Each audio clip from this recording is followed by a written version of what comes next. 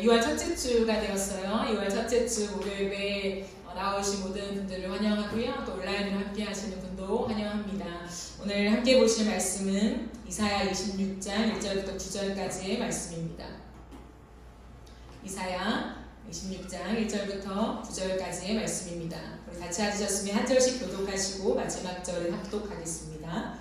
그날의 유다 땅에서 이 노래를 부르리라. 우리에게 견고한 성읍이 있으며 여호와께서 구원을 성벽과 외벽으로 삼으시리로다. 영원한 문을 열고 혼신을 지키는 외로운 나라가 들어오게 할지어다. 주께서 심지가 견고한 자를 평강하도록 지키시리니 이는 그가 주를 신뢰함이니이다. 너희는 여호와를 영원히 신뢰하라. 주 여호와는 영원한 반석이시니로다. 높은 데 거주하는 자를 낮추시며 솟은 성을 헐어 땅에 엎으시되 진토에 미치게 하셨도다. 마른 것을 밟으리니 곧 빈무한 자의 발과 궁핍한 자의 걸음이니라. 의인의 길은 정직하며 정직하신 주께서 의인의 첩경을 평탄하게 하시도다.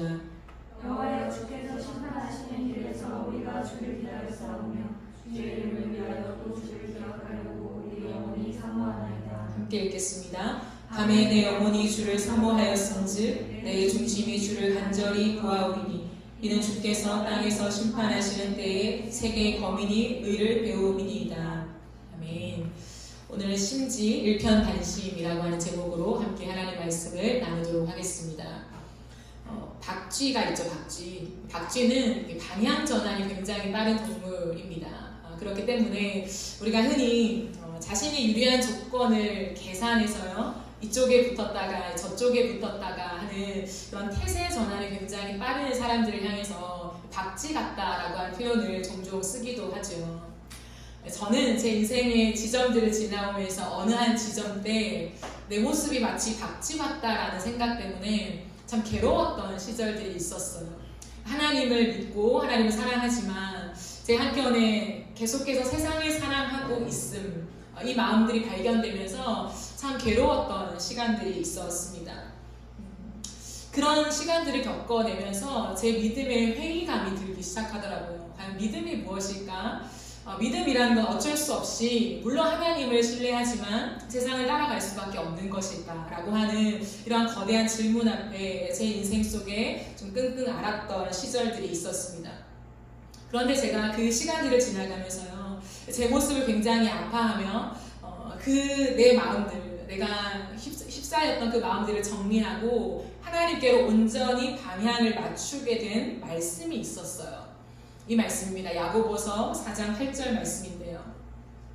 두 마음을 품은 자들아 마음을 성결하게 하라 라고 하시는 말씀입니다.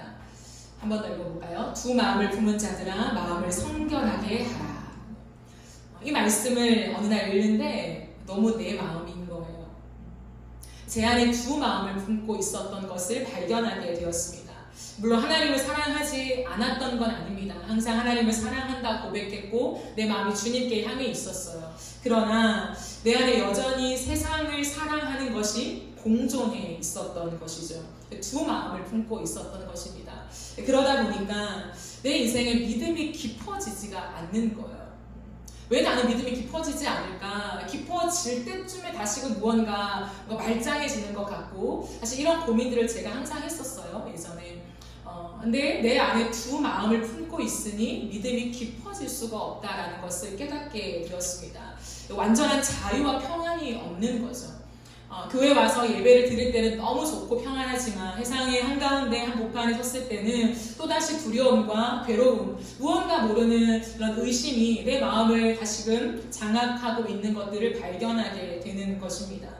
뿐만 아니라 내 삶 속에서요, 신앙과 삶에 대해서 고민하는 여정 속에 무언가를 선택해야 할 때 마음이 너무 아프고 괴로운 거예요. 정답은 알고 있지만 그 정답으로 가고 싶지 않은 마음을 내가 느낄 때 또 그 마음을 가지고 있는 내 자신이 너무 싫고, 이런 괴로움들이 참 많은 시간들을 제가 싸워온 시간들이었던 것 같습니다. 그리고 우리가 신앙생활 하면서요, 믿음과 삶의 괴리를 만날 때가 있습니다. 하나님을 믿고 있긴 하지만 우리의 발은 어디에 있습니까? 저 하늘에 가 있는 게 아니라 세상의 발을 딛고 살아가잖아요.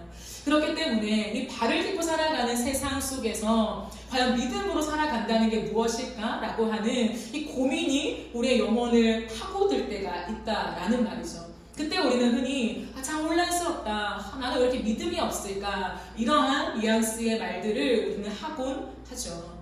하지만 우리가 이 문제를 풀기 위해서 가장 중요하게 해야 할 것이 있습니다. 그것은 무엇이냐면 하나님, 내가 두 마음을 품고 있었습니다 라고 하는 진정한 고백이 필요합니다. 하나님, 내가 하나님과 세상을 모두 사랑하고 있습니다 라고 하는 나의 뼈저린 하나님 앞에서의 고백과 회개가 있어야 해요.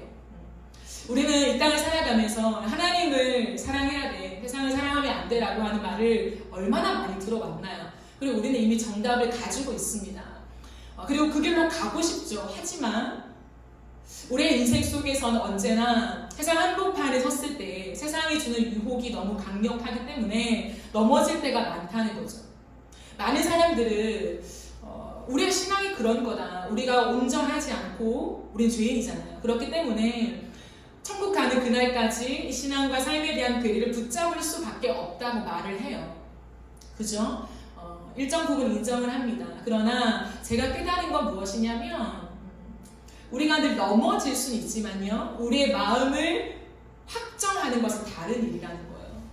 우리의 마음을 항상 하나님께로 갔다가 세상으로 갔다가 계속 왔다 갔다 하는 것이 아니라 하나님은 믿는 자에게 아니다, 너의 마음을 확정하는 것이 필요하다라고 분명히 말씀하셨거든요.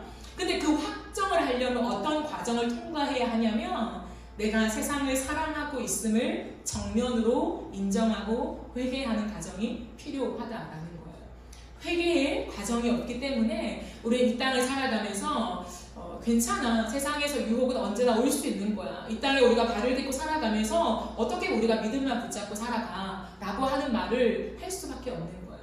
근데 주님은 우리가 하나님 앞에서 내가 정말 깊은 마음속까지 사실은 하나님을 사랑한다고 하지만 하나님만을 사랑하는 것이 아니라 여전히 세상을 너무 지독하게 사랑하고 있는 나의 중심, 나의 깊은 마음들, 이 마음들을요 하나님 앞에 정말 꺼내와서 주님 앞에 회개하며 하나님과의 관계 속에 풀어야 할 문제라고 주님 말씀하신다라고 하는 거죠.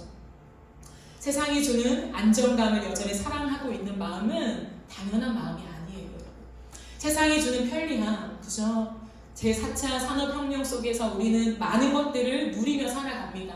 하지만 편리함을 우리가 누리며 편리함을 사랑하는 것은요 당연한 모습이 아닌 거예요. 우리 안에서 세상이 주는 행복이라고 하는 것, 쾌락이라고 하는 것을 사랑하는 마음이 우리 안에 당연하지 않습니다. 돈을 사랑하고요, 지위를 사랑하고 명예를 사랑하고 결국 내 이름을 사랑하는 것, 나라는 박선영의 이름을 누군가가 인정하고 알아주기를 기대하고 그것을 너무 사랑하는 그 마음들요, 결국에는 나 자신을 사랑하는 거잖아요. 그 나 자신을 너무나도 끔찍히 사랑하고 있는 이 마음을 우리가 당연하게 생각해서는 안 돼요. 이것은요 지독한 내 마음 밑바닥에 뿌리 뽑지 못한 나에 대한 사랑, 세상에 대한 사랑은 하나님 앞에 가지고 나와서요 하나님 앞에 회개해야 할 문제라고 주님 말씀하세요. 이 과정들이 풀리지 않으면요 우리는 앞으로 우리의 인생을 살아가면서 또 다른 사람에게도 마찬가지예요.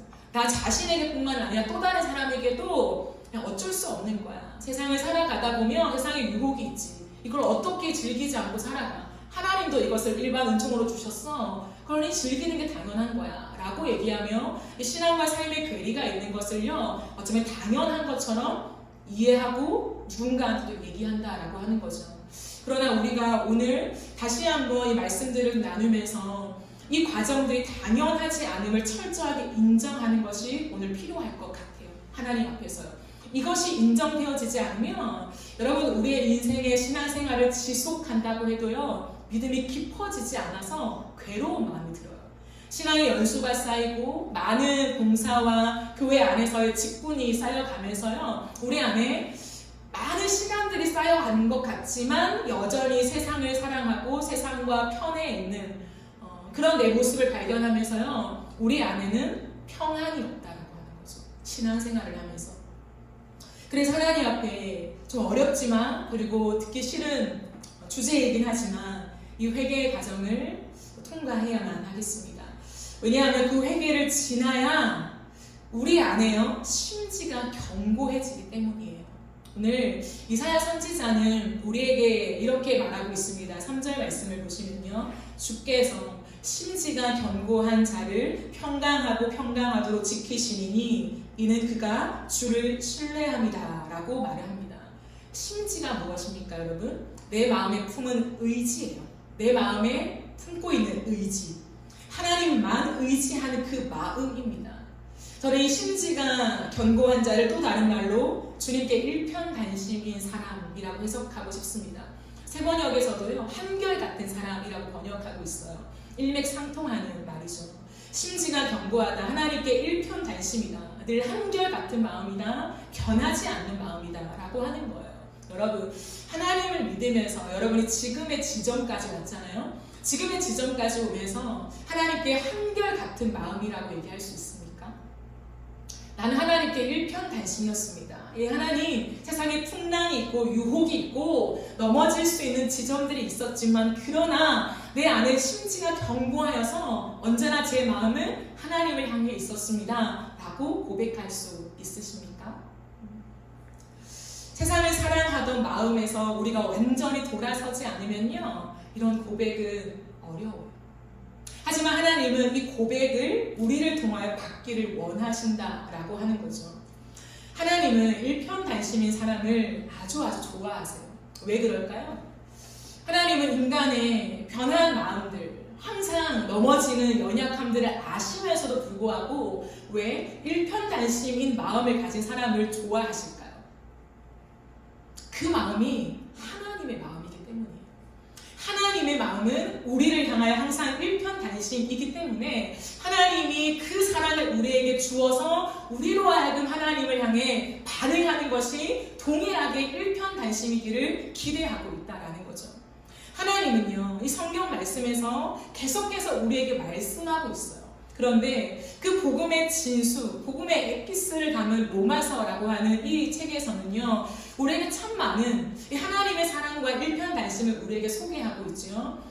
특별히 5장 8절 말씀을 보면 이런 말씀이 있습니다.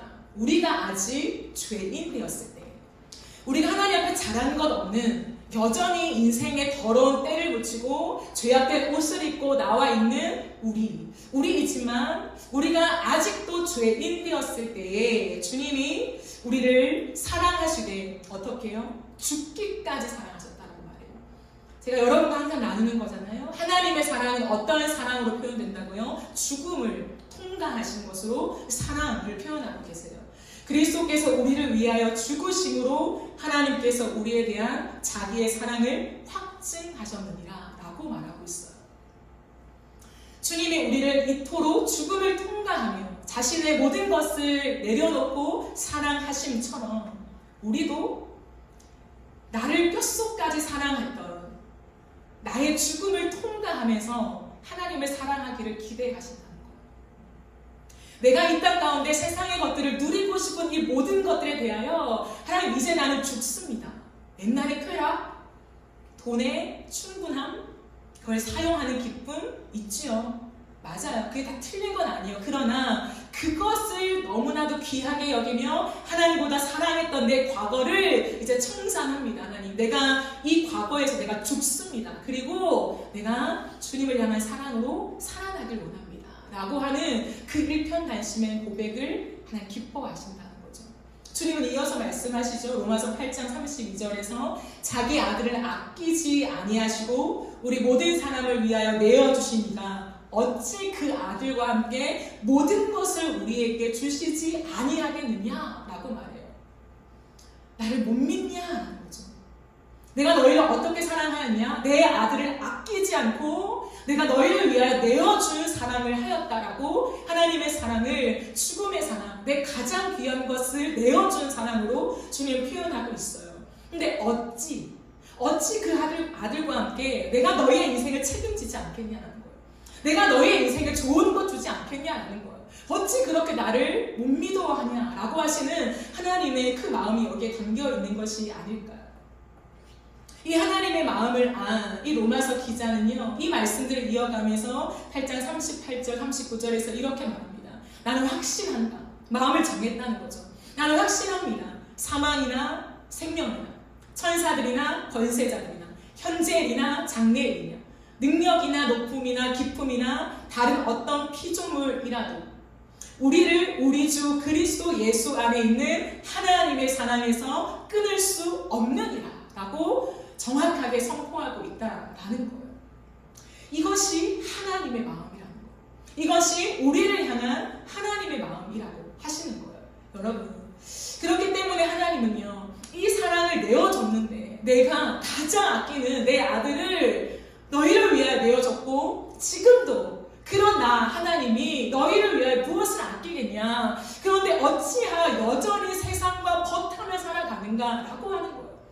어찌하여 이 세상을 사랑하며 하나님을 믿지만 그래도 이것은 내가 챙겨가야 되지 않을까 라고 하는 이 마음속에 한켠에 의심을 가지고 내가 내 인생을 다시 쌓으려고 내 성을 쌓고 있는 그 우둔한 모습을 언제까지 지속하려나. 하나님의 마음이 함께 담겨 있는 것입니다. 하나님 우리에게 원하시는 것은 이 깊은 하나님의 말씀들, 이 하나님의 사랑을 우리가 느껴서요, 우리 안에 그 일편단심의 마음으로 우리의 마음을 정하는 것을 하나님이 원하시는 거예요. 하나님, 내가 내 마음을 정합니다. 하나님, 나는 이제 이렇게 살아갈 거예요 라고 하는 그 심지를 다시 한번 주님 앞에 드리면서 우리의 의지를 주님 앞에 올려드리는 그 작업들이 우리의 인생에 반드시 있어야 한다라는 거예요. 반드시 무언가 하나님 앞에서 획을 긋는 그 하루는 있어야 돼요. 여기 붙었다 저기 붙었다 하던 제 삶에서도요, 하나님을 향한 끝없는 예배와 찬양이 올려졌어요. 하나님을 향한 많은 헌신들이 올려졌고요, 누군가가 봤을 때 너 정도의 믿음이면 괜찮아 라고 할 정도였어요. 하지만 제가 하나님 앞에서의 이 말씀을 받은 그날 제가 물러설 수 없었어요. 두 마음을 품은 자야. 세상을 여전히 사랑하고 있는 이 가장 깊은 곳에서 내 것을 내가 챙겨야 하지 않을까? 내가 이사 가려면 돈이 있어야 되는데 하나님이 나를 이사시켜주나? 하나님 내 등록금을 주나? 이런 마음들 있잖아요. 내 인생의 어떤 지점들 속에서 맞아요, 하나님이 내 인생을 견인하신다는 건 알지만 당장 내일 내 삶에서 필요한 그 물질을 오늘 주시냐는 거예요. 내일 필요한데. 그러한 내 마음속에서요, 하나님의 그 임재하심 앞에 두 마음을 품는 자들아, 마음을 성결하게 하라, 하나를 선택하라 라고 하시는 그 말씀 앞에 제 인생에 엄청난 획이 그어졌습니다. 사랑하는 여러분, 우리의 인생에 하나님 앞에 그죠, 하루하루 쌓아가는 하나님과 관계가 너무나도 소중해요. 그런데 하나님은 어떠한 시점에 우리로 하여금 하나님과 정면 승부를 보게 하십니다. 하나님과의 깊은 만남 속에 정말 내 안에 이제는 부인할 수 없는 그 마음들을 하나님 꺼내시면서 더 이상은 이 상태 그대로 가지 못하게 정면 승부를 보는 그 날이 있어요. 그 날로 하나님이 우리를 이끄십니다. 왜일까요? 하나님이 주고 싶은 선물이 있어서 그래요, 여러분. 하나님께서 우리의 인생 속에 정죄하시고 너는 어떻게 그렇게만 사냐, 믿음이 없냐 라고 말씀하시고 체근하시기 위해서 우리에게 그 시간을 허락하시는 것이 아니라 하나님이 정말 귀한 선물을 주고 싶은데 받을 그릇이 되어야 하잖아요. 그렇기 때문에 하나님께서 우리에게 두 마음을 정리시키시는 거예요. 그렇다면 하나님께서 우리에게 그토록 주고 싶은 선물이 무엇일까요, 여러분? 평강입니다. 평강. 하나님 오늘 우리 말씀 속에서 심지가 견고한 자를 평강하고 평강하도록 지키시겠다라고 약속하세요. 심지가 견고한 자에게 하나님 반드시 주시는 게 있는데 그것은 평강이라는 거예요. 하나님만을 의지하고 하나님만을 바라보며 하나님께 일편단심인 사람에게 누리게 하신 은혜가 뭐냐면 평강이라는 거예요. 여러분, 마음에 평강이 임하면요, 모든 문제를 해결할 수 있어요. 마음에 평강이 임하면요, 우리의 인생의 자유를 누릴 수 있어요.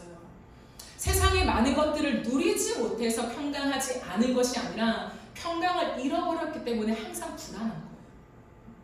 하나님은 우리의 인생 속에 하나님만이 주시는 그 만족함이 있어요. 인생을 거닐 때에 우리가 어느 때라도 결핍을 느끼지 않고 충분한 마음들, 하나님 앞에서의 그 마음의 평안함, 샬롬이라고 하죠. 그걸 누리게 하심이 하나님의 주권 안에 있다라는 거예요. 근데 하나님이 그걸 주시면요, 어떠한 상황과 환경이 바뀌더라도 그 평강이 유지될 수 있다는 거예요. 근데 우리는 뭐냐면 상황을 먼저 보기 때문에 이 상황이 충족되면 평안해요. 근데 그 상황이 또 결핍으로 가게 되면 우리의 마음속에 평강이 갑자기 사라지고 불안함이 확 엄습해 오는 거예요. 그러니까 인생의 두려움을 맛본 사람들은요, 이 두려움의 힘이 너무나 크다는 걸 알기 때문에 계속해서 내 상황을 어떻게든 평안할 수 있는 상황으로 조정하려고 한다는 거예요. 그러다 보니까 세상이 주는 돈과 지위와 명예나 내가 이 정도는 가져야 해라고 하는 그 조건들을 끝없이 수집하려고 하는 거예요. 수집에 이 병에 걸려 있는 거예요. 끝없이 모아야 되는 거예요. 내가 이 정도는 받아야 되고 이 정도는 있어야 한다라고 하는 거예요. 그런데 그 기준이 없으니까 우리의 기준이 누가 됩니까? 옆에 사람이 되는 거예요. 남들이라고 표현하죠. 남들이 기준이 되어서 우리 안에 항상 걸려있는 이 평균치가 있어요. 나는 더 작게도 바라지 않고 더 많게도 바라지 않는다. 남들처럼만 가기를 원한다는 거죠. 남들이 하는 만큼만 그 평균치만 하며 살기 원한다라고 하는 게 사실은 넌 크리스찬뿐만 아니라 크리스찬들 안에서도요, 이 평균치가 되어 있어요. 남들처럼만 살자. 하나님 남들처럼만 살게 해주세요. 그러나 우리가 하나님과의 관계 속에 하나님을 사랑하고 구원받은 기쁨을 누리는 자가 되었을 때 우리는 그리스도인이라고 하는 새로운 정체성을 부여받잖아요.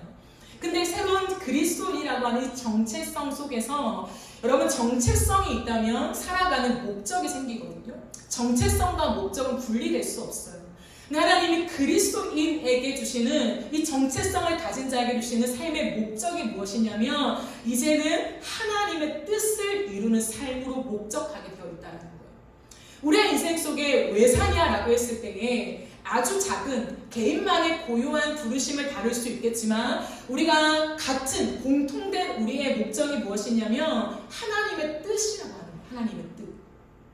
그러면 우리 안에 이제는 남들처럼이 아니라 하나님의 뜻이 이루어지기를 원합니다라고 하는 삶의 새로운 목적으로 바뀌어지게 된 거예요. 다만 이렇게 기도를 하는 거죠. 하나님, 나를 향한 하나님의 뜻이 무엇입니까? 그 뜻을 온전히 이루어 주십시오. 로 가는 거예요. 우리 인생 속의 기도가 하나님, 내가 남들처럼만 할 수 있도록 이 조건을 내가 수집하기를 원해요. 하나님, 이것이 나에게 있어야 되겠습니다. 하나님, 저를 사랑하신다면서요. 이 정도는 하나님 저에게 주시면 안 돼요? 라고 하는 그 정도를 넘어서서 이제 새 사람이 된 우리에게, 그리스도인이 된 새로운 정체성을 부여받은 우리에게 하나님이 목적하라고 주신 것은 무엇이냐면 너를 향한 하나님의 뜻이 무엇인가를 구하라는 거예요. 여러분, 이것은요 쉽지 않죠. 왜 쉽지 않을까요? 회개의 과정을, 십자가의 과정을, 나의 죽음의 과정을 통과하지 않으면 어려운 부분이에요. 왜 그럴까요? 성경에서는 예수님께서 우리의 삶의 본이라고 말씀하십니다. 예수님께서 항상 지니셨던 그 마음이 무엇입니까? 내 뜻대로 마시고 아버지의 뜻대로 되어지기 원합니다.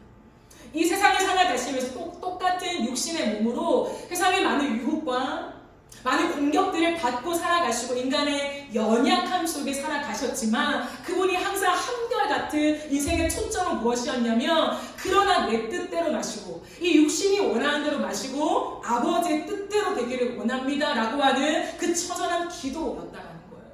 여러분, 예수님도 땀이 핏방울이 되도록 기도하신 그 길들을 지났다면 하물며 우리겠습니까? 오늘날 우리 안에 우리가 처절하게 주님 앞에 날마다 기도해야 되는 그 기도의 중심에는요 이 기도가 있어야 해요. 세상의 많은 것들을 우리가 얻어서 더 많은 영향력을 드러내는 것도 중요하죠. 하지만 그건 다 상대적인 거예요. 하나님은 우리에게 주신 너무나 명확하고 절대적인 삶의 목표는 하나님의 뜻밖에 없어요. 그러므로 나의 죽음이 통과되지 않으면요, 이 기도가 어려워요. 우리 안에 하나님을 향한 두려움이 있거든요. 내 원함은 A인데 내가 기도할 때 B를 말씀하면 어떡하지? 한국 교회 안에 많이 깔려있는 것들이 있잖아요. 제가 항상은 아니고 가끔씩 여러분과 농담 삼아 하는데요. 은혜 적당히 받아, 은혜 받으면 선교사 돼, 이런 말들 있잖아요. 농담이지만 참 우픈 말이죠. 하나님을 그렇게 해석하는 거죠. 은혜를 깊이 받으면 선교사나 사역자가 되는, 뭔가 우리의 원함과 다른 길로 하나님이 막다른 골목으로 인도하실 것 같은 하나님을 못 믿어하는 마음이 저는 참 마음이 아프더라고요. 우리 하나님을 왜 그렇게 우리는 생각하고 그런 하나님으로 이미지를 씌워놓을까? 우리 하나님 그런 하나님이 아니거든요. 우리를 향한 뜻이 있어요. 선한 뜻이에요, 여러분. 근데 왜 그것이 선하지 않게 느껴지냐면, 왜 오지로 선교사를 가고 사역자가 되고 왜 그런 길이 우리는 원하지 않게 되냐면, 우리 안에 세상을 사랑함이 너무 깊이 있기 때문에. 하나님을 사랑한다면 이곳이든 세상에서 으뜸 가는 어떤 지위든 선교지든 무슨 상관이 있겠습니까? 그러나 우리 안에 나만의 정답과 내가 살고 싶은 인생의 계획들이 세워져 있기 때문에 하나님이 나를 그렇게 인도하시면 어떡하지? 라고 하는 그 불안함이 우리로 하여금 기도를 막고 있다라는 거예요. 사랑하는 여러분, 하나님이 우리에게 정말 주고 싶은 것은 평강이에요. 평강. 우리의 인생 속에 항상 그 샬롬, 절대적인 샬롬을 누리며 이 땅을 걸어가기를 기대하시는 분이 하나님이라고요. 그러니 누가 나를 이런 하나님이라고 믿어주겠냐? 믿어줄 사람이 너무 적은 거예요.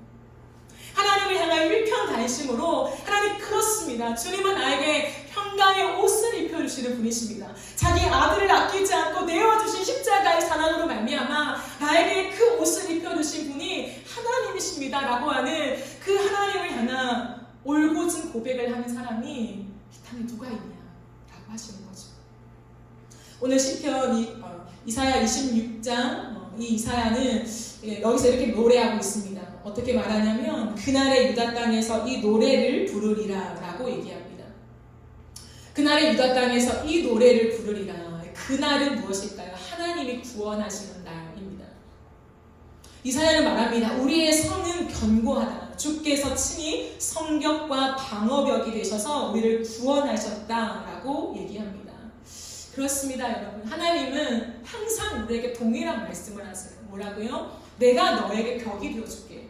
내가 너의 인생의 성벽이 되어줄게. 내가 너의 인생의 방어벽이 되어줄게 라고 주님 말씀하신다는 거예요.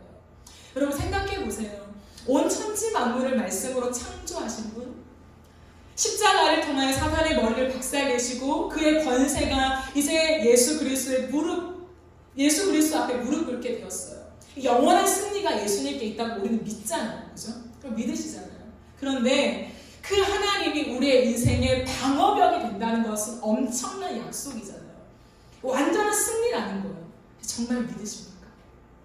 정말 이 말씀을 아멘 하십니까? 하나님의 이 말씀 속에 인생을 의지하고 있는 우리에게 인생의 많은 것들을 의지하지 마라. 내가 너희의 성벽이고 내가 너희의 방어벽이 될 거야 라고 주님 말씀하고 있다라는 거예요. 누가 이 하나님의 구원 안으로 들어옵니까? 주님 말씀하시죠. 2절에 너희는 문들을 열어라. 주님 문을 열래요. 주님의 구원 안으로 들어올 수 있는 그 문을 열래요. 그리고 신의를 지키는 의로운 나라가 들어오게 할지어다 라고 말해요. 신의를 지키는, 그럼 하나님 앞에 믿음을 지키는 자, 하나님을 하나님으로 믿어드리는 자, 그것이 3절의 심지가 견고한 자로 연결되는 거예요. 우리의 마음에 하나님을 하나님으로 믿으면서 하나님의 구원을 노래하면서 누가 오늘도 내 마음을 확정하고, 예 그렇습니다 주님, 사방의 적들이 나를 공격하여 오지만 나는 하나님으로 둘러싸여 있습니다.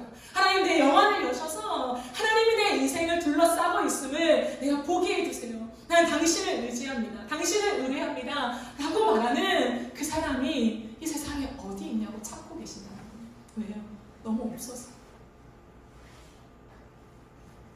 성문을 열고 심지가 견고한 사람을 들이시는 그 하나님의 마음을 묵상해 보신 적이 있습니다. 하나님이 우리에게 약속하세요. 여러분 5절, 6절, 7절의 말씀이요. 하나님의 승리를 외치십니다. 세상에 교만한 자들, 힘이 있는 사람들 너희는 다 의지하고 있지. 그 사람들 앞에 벌벌 떨고 있지. 그러나 그 교만한 사람들을 내가 낮출 거다. 무엇을 말합니까?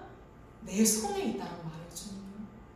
세상에 많은 것들이 힘을 가지고 있는 것 같고 너희를 굉장히 억압하는 것 같고 너희를 두렵게 하는 것 같지만 그 모든 것을 쥐고 있는 것은 나다라고 말해요. 그리고 하나님의 구원의 때가 올 때에 그 교만한 자를 낮추실 때에 먼지 바닥에 폭삭 주저앉게 하겠다라는 말씀이에요. 그리고 6절에는요. 억압받던 사람들, 그 무너진 성에서 그 사람들이 승리하게 될 것을 말해요. 가난한 사람들, 교만하고 돈이 많았던 그 사람들이 짓밟았던 그 사람들, 하지만 하나님을 믿고 있던 그 한 사람 한 사람을 내가 일으킨다라고 하시는 약속의 말씀이죠. 그러므로 이사야는 이렇게 말합니다. 7절에서요.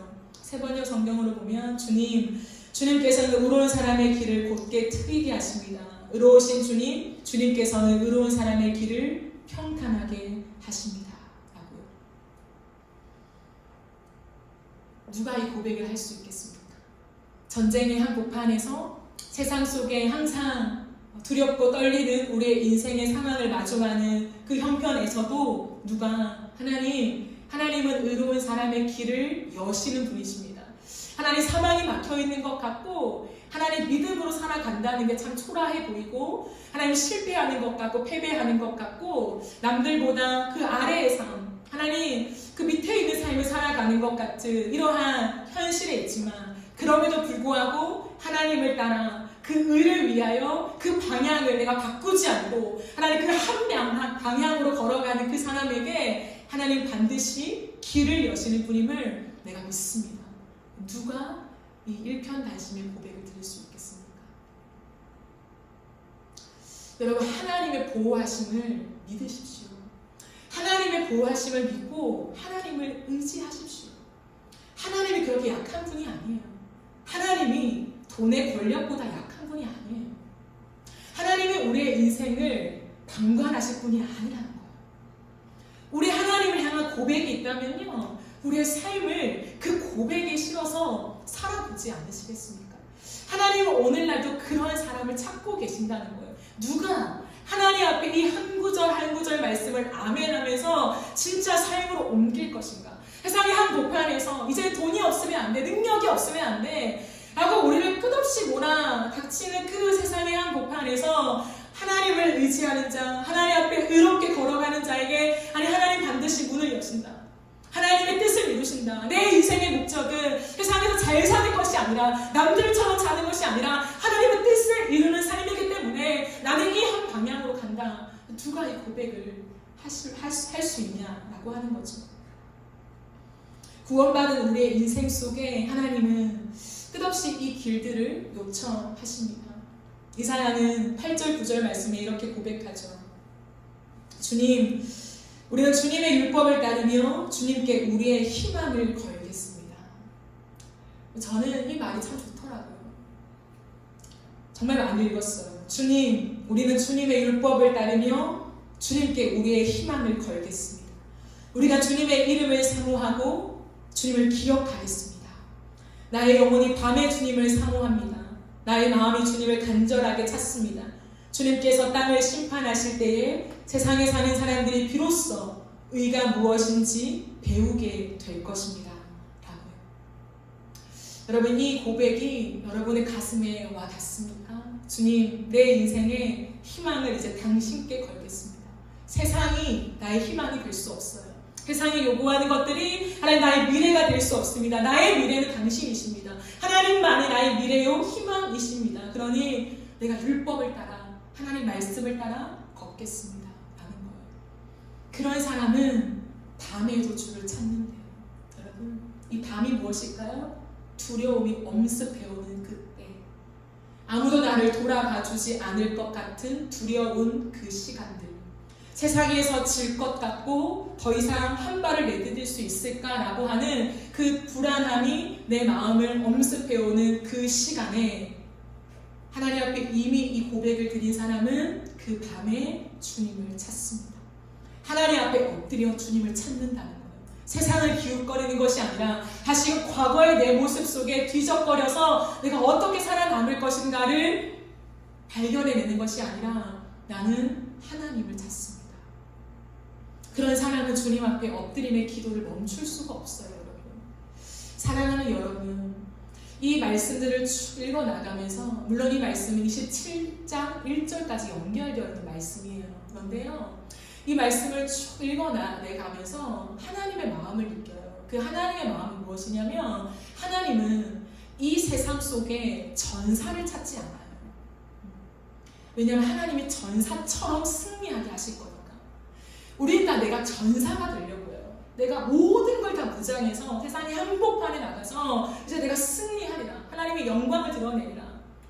그러나 하나님은 전사를 찾지 않아요. 하나님 누구를 찾을까요? 하나님은 엎드려 기도하는 자를 찾으세요.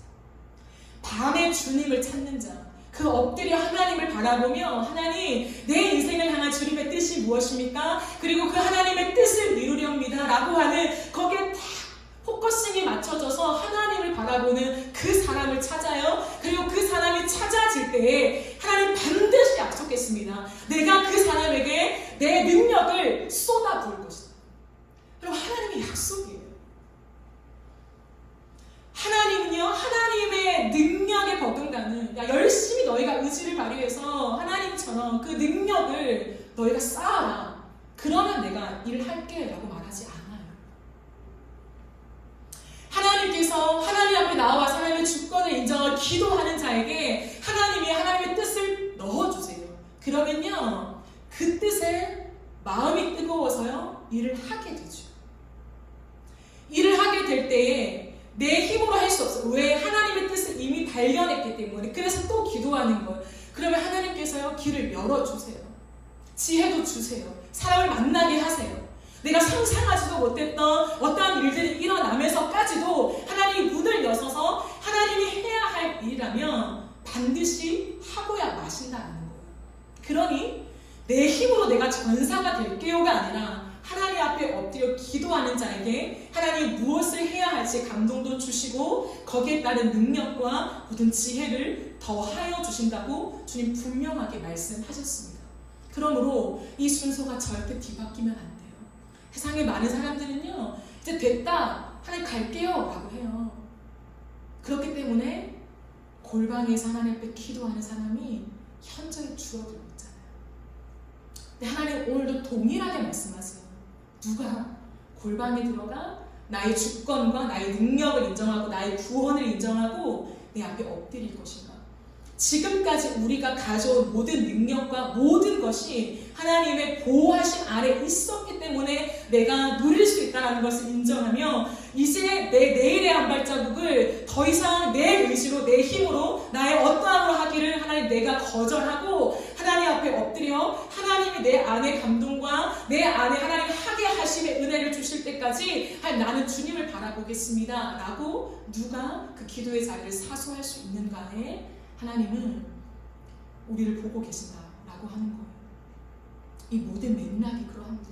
그렇기 때문에 하나님은 오늘도 저는 여지없이 한 사람을 찾으신다고 생각해요. 그 한 사람은 내가 아무것도 할 수 없음을 인정하고 하나님께 죽기 살기로 매달리는 그 한 사람. 하나님, 나는 정말 하나님 앞에 죄인입니다. 하나님의 십자가의 은혜와 그 죽음을 통과하신 그 사람이 아니면 내가 여기서 하나님을 아버지라 부를 수가 없어요. 그러니 하나님 내 인생에 내가 더 이상 세상을 사랑하지 않고 하나님을 사랑하며 내 인생을 주님께 맡깁니다. 그 한 사람. 그 한 사람이면 충분하다라고 얘기를 하세요. 충분하다. 오늘 누가 하나님께 희망을 거시겠습니까? 세상의 한복판에서 하나님 앞에 무릎의 기도를 하나님 앞에 드리시겠습니까? 우리가 추구할 의는 예수 그리스도밖에 없어요, 여러분. 우리가 아무리 세상에서 의로운 삶, 우리가 아무리 세상에서 정의로운 인생을 구현하려고 발버둥 쳐도요, 예수 그리스도가 그 자리에 계시지 않으면요, 그건 더 이상 의가 되지 않아요. 세상에서는 의라고 말하지만요, 하나님은 의라고 말하지 않아요. 왜요? 의는 예수 그리스도 안에만 주어지는 것이기 때문이거든요. 그러므로 우리가 무엇을 하든지 나는 죽고 예수로 살아가는 이 삶이 무엇인가가 이해가 되고 통과가 되어야요. 우리의 인생에 하나님이 원하시는 일을 할 수 있어요. 내가 열심히 해서 하나님 저 잘했죠? 저 일을 했어 하나님, 하나님의 영광이에요 라고 말하는 것에요. 하나님 기뻐하지 않아요. 하나님이 시키신 일을 했냐? 내가 너에게 시킨 일을 했냐? 그것만 하면 된다는 거예요. 이거 물 뜨는 일요? 아주 작아 보이잖아요. 이 물 뜨는 일? 이거 시키는 일 했냐? 이거 했으면 됐다. 하나님은 이런 분이라니까요. 우리 안에 욕심이 너무 많으니까 더 많은 일을 하고 싶은 거예요, 여러분. 하나님은 오늘도 이걸 하찮게 여기지 않고 이 물 뜨는 일, 이거 하찮아, 나 이거밖에 안 시켜. 난 이거 하려고 이거 부르셨어, 하나님? 그렇게 말하지 않고 하나님, 이 물 뜨는 일 저에게 시키셨어요? 이거 할게요. 평생에 이거 할게요, 하나님. 시간을 꼬박꼬박 지켜서 이거 할게요. 하나님 그런 사람을 찾으세요. 이 시대가 너무나도 발전되어지고 너무나 똑똑해져서 우리가 많은 걸 누릴 수 있는 것은 사실입니다. 하지만 여러분, 하나님이 이 시대는 요 물뜨는 사람, 요 한 명 찾으세요. 그래서 내가 마지막 시대에 내 할 일을 요 물뜨는 일에 아멘하는 사람에게 내가 맡길 거야 라고 분명하게 말씀하세요.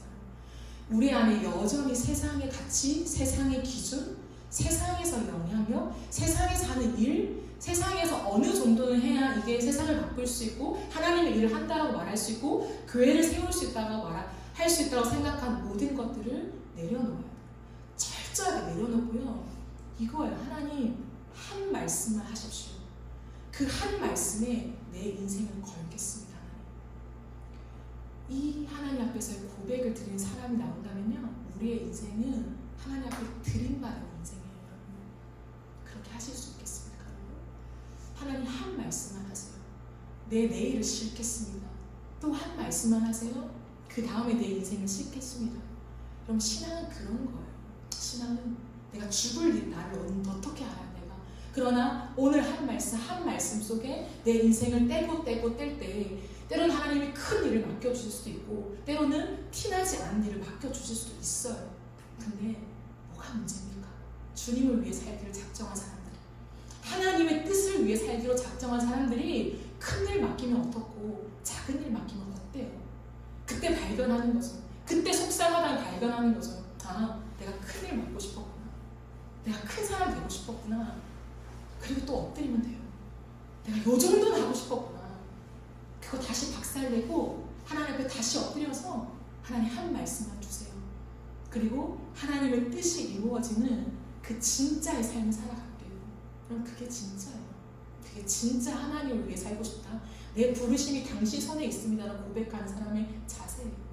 그 고백을 오늘 우리의 이 심지가 견고해지는 이 과정들을 통과하면서 하나님 앞에 드렸으면 좋겠어요. 그럴 때 평강에 웃어주세요.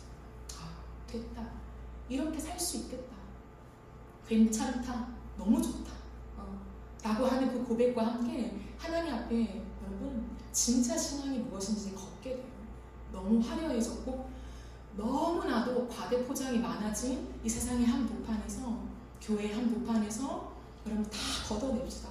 오늘요 기도하면서 다 걷어내고 진짜 내 마음의 심지 그 하나의 심지에 뭐가 있냐는 거예요. 뭘 원하고 무엇을 추구하고 삶의 목적 그게 뭔데 다시 한번 하나님을 철저하게 물으면서 하나님께 아닌 것들은 다 걷어내고요. 하나님 내가 세상을 사랑하고 여전히 내 이름을 사랑하고 내가 이런 것들이 있어야 된다라고 하는 남들처럼의 것들을 사랑하고 왔습니다. 하나님 다 버리게 해주세요. 그리고 하나님 한 분 남아서 내 인생 하루를 허락하시든 10년, 50년 허락하시든 하나님 주님 말씀하시는 것에 내가 아멘하며 하나님 시킨 심부름 이 물 하나 떠오르는 이 심부름만 시켜도 내가 여기에 아멘하며 내 평생을 살게 하나님 일편단심의 사랑을 내게 주셨으니 나 또한 당신께 드릴 수 있는 반응은 일편단심입니다. 당신 앞에 심지가 돋은 인생으로 일편단심의 그 사랑 일편단심 당신만 의지하는 그 한 명 내가 되어서 이 땅을 살아가다가 주님 품에 안길게요. 이 고백이 저와 여러분의 고백으로 오늘 이 밤에 남게 되는 그런 은혜가 있기를 간절히 바라고 소망합니다. 우리 함께 찬양하고 기도하는 시간을 가지겠습니다.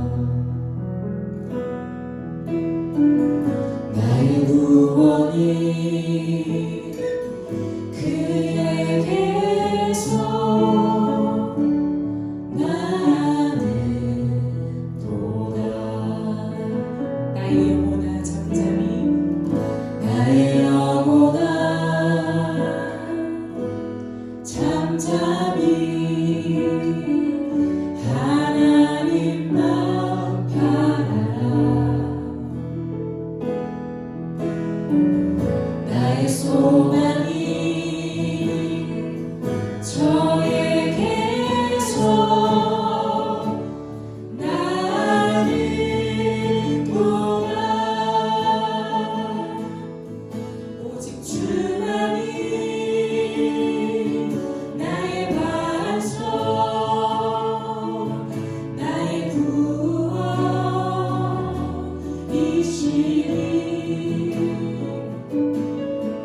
오직 주만이 나의 산소 내가 요동치 아니하리. 나의 영혼이 간절히 나의 영혼이 간절히 여호와를 닮아가며 나의 입술이 여호와를 찬양하리. 나의 영혼이 즐거이 나의 영혼이 즐거이 여호와를 따르리. 나의 평생에 여호와를 송축하리.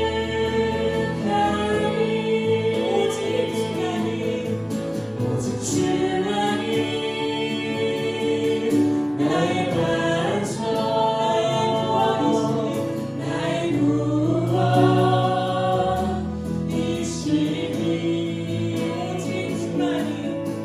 오직 주만이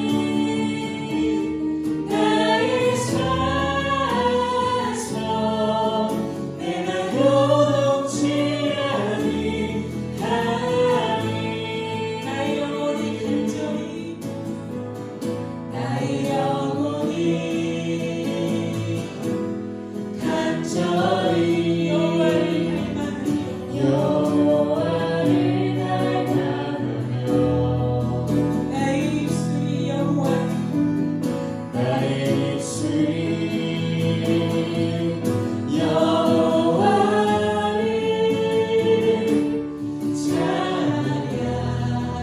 찬양하리. 나의 영혼이 즐거이 나의 영혼이 즐거이 여호와를 따르리. 나의 평생에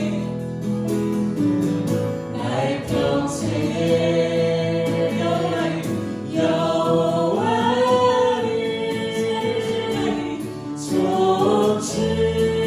송축하리. 오직 주만이 나의 반석 나의 구원이시니 오직 주만이 나의 산소 내가 요동치 아니하리. 주의 인자가 생명보다 날들어 내 입술이 여호와를 찬양하리. 내 평생에 주를 찬양하며 주의 이름으로 내 손 들려 주의 임자가 생명보다 날들어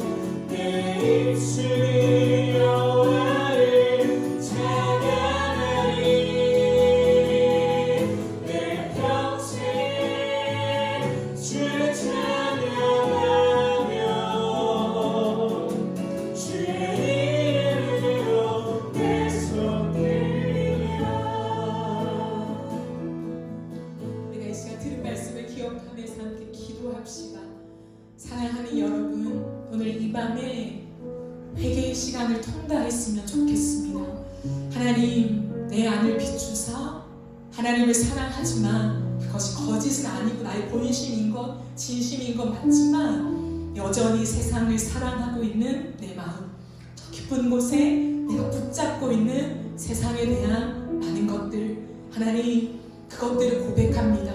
하나님 앞에 꺼내놓습니다. 하나님, 그러나 이대로 살아갈 수 없습니다. 하나님께서 정리하기를 원하십니다.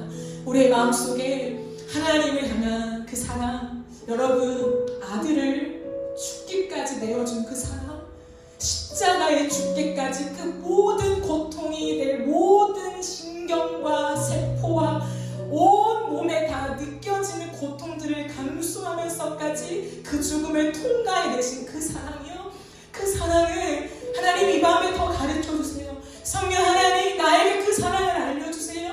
그래서 그 사랑 앞에 하나님, 이제는 내가 세상을 사랑할 수 없는, 하나님 이제는 과거에 내가 매여 있을 수 없는 하나님, 그 마음을 고백하며 내가 주의 사랑을 붙잡습니다. 하나님의 그 사랑만에 하나님, 내가 내 마음을 실으며 일편단심의 이 마음들을 주님 앞에 고백하며 나아가오니 아버지, 오늘 이 밤에 내 마음의 심지를 굳혀주시고 일편단심의 사랑의 고백들이 하나님 앞에 올려지는 이 밤 될 수 있도록 성령 하나님, 내 기도를 도와주시옵소서. 우리 시간 주의